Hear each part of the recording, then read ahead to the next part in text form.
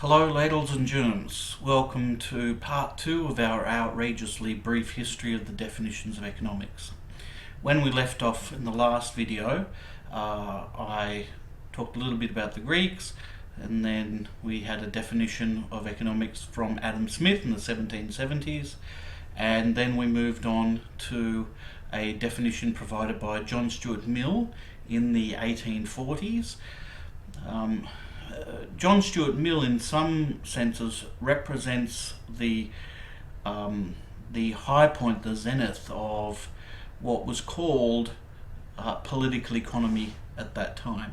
So he really represents the classical tradition of political economy, which you can read up about. I'll provide a couple of links for you to have a look at that. In the meantime, let's go on to the content of part 2. So let's say we've now moved up to the 1860s, 1870s. We can say that for Great Britain and for Western Europe to a large extent is really developing quite rapidly now, in terms especially of its manufacturing sector. There's rapid technological development, there's the expansion of markets and the expansion of empires, in which new markets for resources and for goods can be created. So Great Britain in particular is well ahead of the other European powers in this respect. And the manufacturing sector in particular is clearly the source of unprecedented levels of production, levels of income, and levels of employment. However, at the same time, we can certainly say that the documentary records show that the working people in the cities in particular, who worked in the factories of industrial Britain, lived pretty miserable lives. It's at this point in history that we also get a development in intellectual thought as well within the sphere of economics. Classical political economy comes to be attacked from two separate directions. So let's go on to have a look at that. We've got a few photos or pictures of life in Great Britain in the late 1800s, the manufacturing era. Here we've got factories, we've got the machine-based labour. We've got here just more factories showing the pollution, the Thames, and we've got the poorhouses. So I said that there was a kind of a pincer movement against classical political economy. So one of those comes from this gentleman here.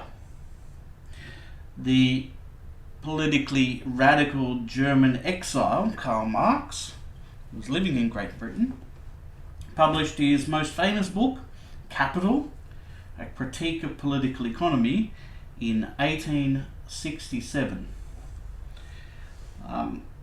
Marx accepted that political economy was the study of the production, distribution and consumption of wealth. There's no dispute about that. But he did take a wider view. In summary, he saw the task of his version of political economy as this: to examine the capitalist mode of production and the conditions of production and exchange corresponding to that mode. Intrinsically, it is not a question of the higher or lower degree of development of the social antagonisms that result from the natural laws of capitalist production. It is a question of these laws themselves, of these tendencies working with iron necessity towards inevitable results. It is the ultimate aim of this work, his book Capital, to lay bare the economic law of motion of modern society. So Marx saw himself as a political economist by his own standards, critiquing what had come before. Marx saw the political economy that came before, probably best exemplified by John Stuart Mill, as being severely deficient. He took exception to classical political economy's presupposition of there being universal economic laws. That is, economic laws that transcended history and that governed society in an essentially, to produce an essentially harmonious kind of outcome. He argued that there were no truly universal economic laws, and that the various historically emergent modes of production, as he called them, the ancient mode, the feudal mode, and the capitalist mode, were characterized by inherent instability, disharmony, and exploitation of one class of people by another. In the case of the capitalist mode of production, according to Marx, it was based on the exploitation of wage labour by a rapacious, myopic capitalist class which was utterly obsessed with the production of commodities in order to generate profit, and ever greater profit insofar as that was possible. Capitalism was characterized by injustice, class conflict between workers and capitalists, and by hidden internal contradictions that resulted or tended to result in economic crisis and breakdown, all of which foreshadowed its ultimate demise. To these aspects of capitalism, the political economists who came before Marx were blind, according to Marx. In his classic diplomatic style, he wrote in 1867, "Men who still claimed some scientific standing and aspired to be something more than mere sophists and sycophants of the ruling classes tried to harmonise political economy of capital with the claims, no longer to be ignored, of the proletariat, the working class. Hence a shallow synchronism of which John Stuart Mill is the best representative. It is a declaration of bankruptcy by bourgeois economy, as the middle class or capitalist class economy." Although Marx's grand theory of an exploitative, self-destructive capitalism was popular with the radical intelligentsia and some working class political parties, perhaps predictably it never really entered the mainstream of respectable economic thought in the West. By contrast, the ideas of the later so-called neoclassical economists who emerged in the 1870s were respectable and were to have a great deal of success in undermining classical political economy of the John Stuart Mill variety. So this is the second prong to the attack on classical political economy. Rather than attending to the accumulation and distribution of wealth at a national level, this new breed of economists focused their attention on the decision-making of self-interested, utility-maximising individual buyers and sellers in markets. Karl Menger, a champion of methodological individualism, said economics was now about the practical activities of economizing men. So you can see this is quite a departure in terms of a definition of what economics is about.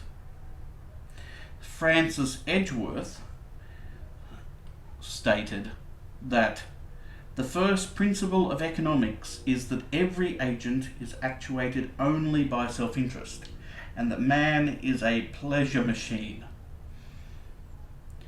who make contracts to buy and sell goods and services in order to maximize his subjective pleasure or utility. And William Stanley Jevons in 1871 sought to extend this vision of economics as about the decision making of individual agents to something wider. He stated that given a certain population with various needs and powers of production, in possession of certain lands and other sources of material required, the problem of economics is the mode of employing their labour which will maximize the utility of the produce.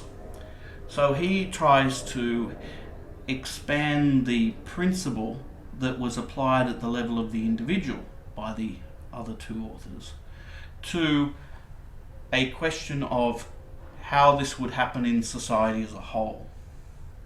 How the decision making, rational decision making, utilizing the resources available, would maximize the utility for the population.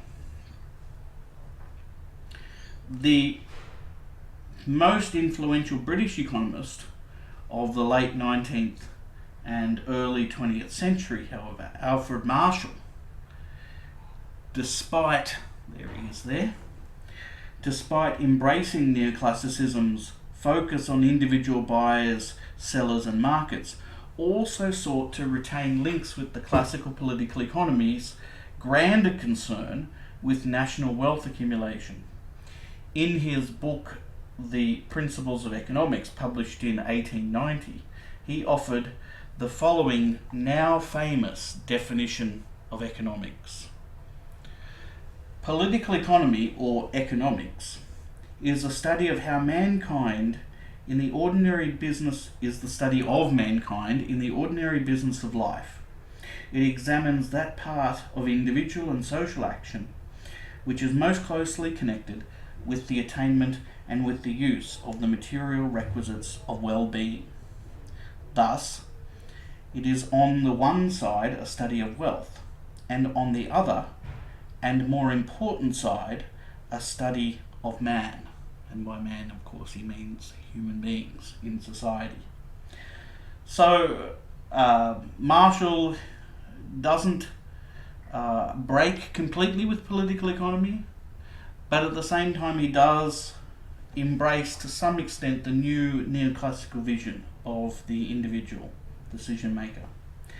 So, although Marshall believed that economies evolved over time, since institutions and habits and psychological traits change so very slowly, in practice it meant that economics very often boiled down to the study of the supply and demand of commodities and markets, populated by many buyers and sellers, competitive markets.